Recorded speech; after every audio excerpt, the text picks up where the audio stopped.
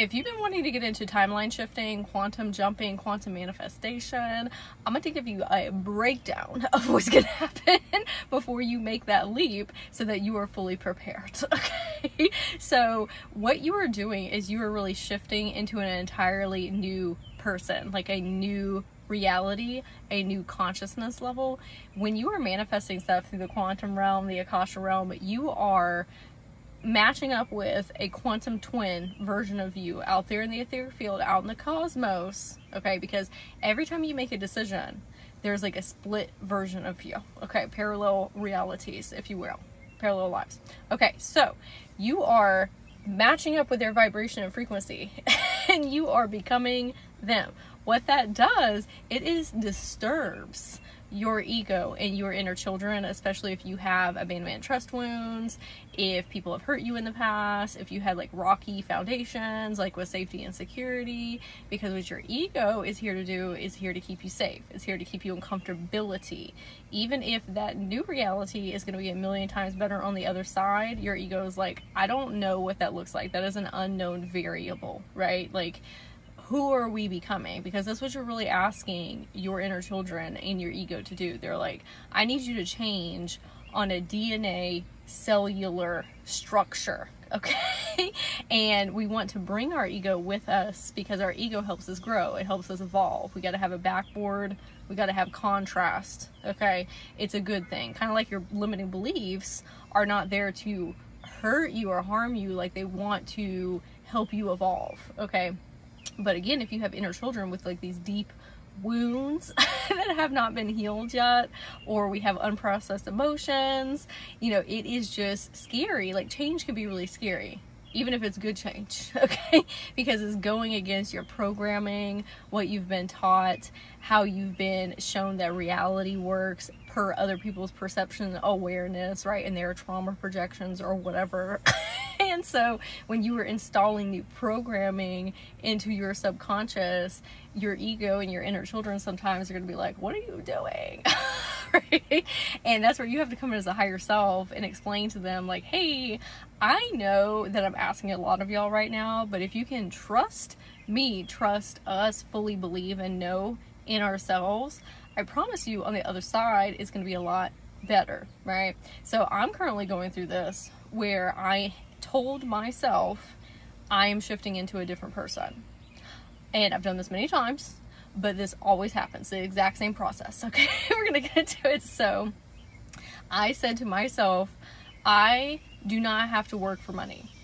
Like, money comes to us easily and effortlessly. Like, whatever I choose to do that also brings me money is great, but I just vibe. I get paid to exist, okay? And I'm really leaning into that, like very much leaning into that, okay? And what happened was, and I knew this was gonna happen, but it doesn't make it any less, you know, scary or intense, is anytime that you are trying to change, shift, install new programming, ask this of your inner children and ego, your ego is going to fight tooth and nail to keep you in comfortability. It is going to run every single fear thought that you could possibly think of, every limiting belief, every what if. It's going to run through every single scenario, because on a physiology level, that's what it's supposed to do, right? Because back in the day when we were cave people, okay, like, we needed to run through every single scenario to survive. Now, that is something that has not exactly grown and evolved with us. Like, we're still kind of like in that primitive state with our ego. That is something actually though that you can heal and jump consciousness levels with.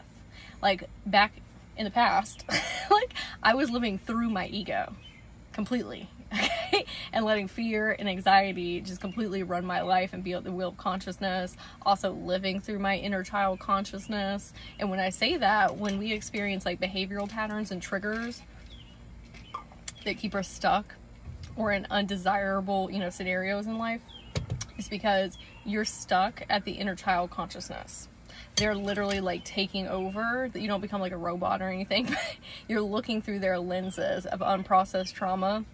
And so that's why you have to come in as a higher self and help your inner children heal, to release those energetic cores from past narratives, because sometimes they don't realize that you're the higher self and you're living in a different reality, okay? But anyway, so the behavioral patterns and triggers, when you are challenging those, your ego will grip onto you and try and make it as difficult as possible for you to make that shift. Okay, like I said, this every time I do this, it's just bringing all this stuff up. Okay.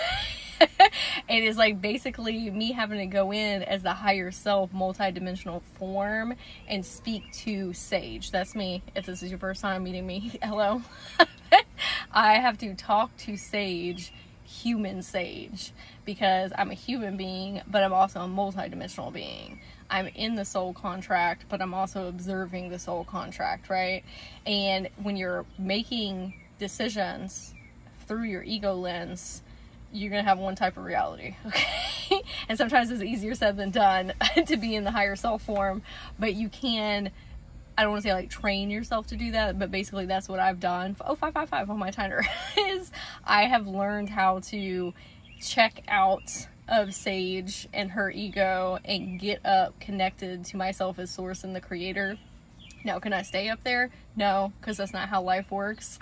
Okay, like I have learned how to hold myself up there for longer periods of time so I can view and observe and respond in my reality instead of react from like emotional trauma or, you know, just all the things, or my ego. But I have to make time to connect with that version of me so that my ego isn't running 24/7, because when that happens, that's not good. Okay, because that's when like all the anxiety comes on, and the anxiety rabbit holes and the thought loops and all of the negative energy in our body, and now we feel like doo-doo, right? And so all throughout my day I do these like energy boosts to get myself back into that higher consciousness frequency. Now, how the quantum jumping works is the longer that you can embody these states over here and that higher level, higher perspective, and walk your inner children and ego with you and be like, okay, well, we're just gonna be this person for a minute. Okay, just for a minute. Okay, now 30 minutes, right? You are getting used to your quantum twin out there in the etheric field. You're getting used to being them. You're getting used to having their thoughts and their feelings and their emotions, their mannerisms, the beliefs that they hold about themselves, and then you lock it in. Like, it becomes your actual reality. You become that person. And there's a lot of different ways that you can do that, right? Like meditation is great, or active meditations if you're neurospicy and you have a hard time sitting and, you know, being in your imagination. Listening to children's meditations are great because that gets you in your imagination escape.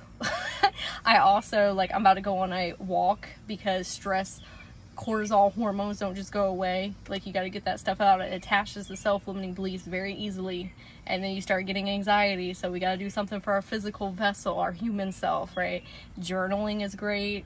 Listening to other people on tube that are in the reality that you want to be in, and listening to their wisdom and guidance, like listening to Reiki and light language videos, just anything that is going to help lift your vibration and frequency up so that you can get out of that spiral, and then talking to your ego and inner children, because now you're the higher self instead of being them, right? We want to create safety for them and explaining like, hey, I know that this is kind of like a rocky situation right now and what I'm asking you, but I want you to know that I got you. I love you unconditionally. Okay, and we are going to walk into this new life together, and we're going to do it incrementally until we can fully pivot, shift, quantum jump. Okay.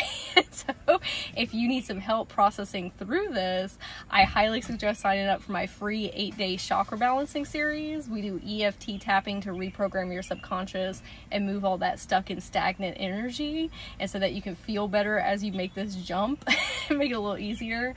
If you are watching this on TikTok, you can go to the top of my page and sign up there. If you are on Tube, you can go in the description box or show notes down here.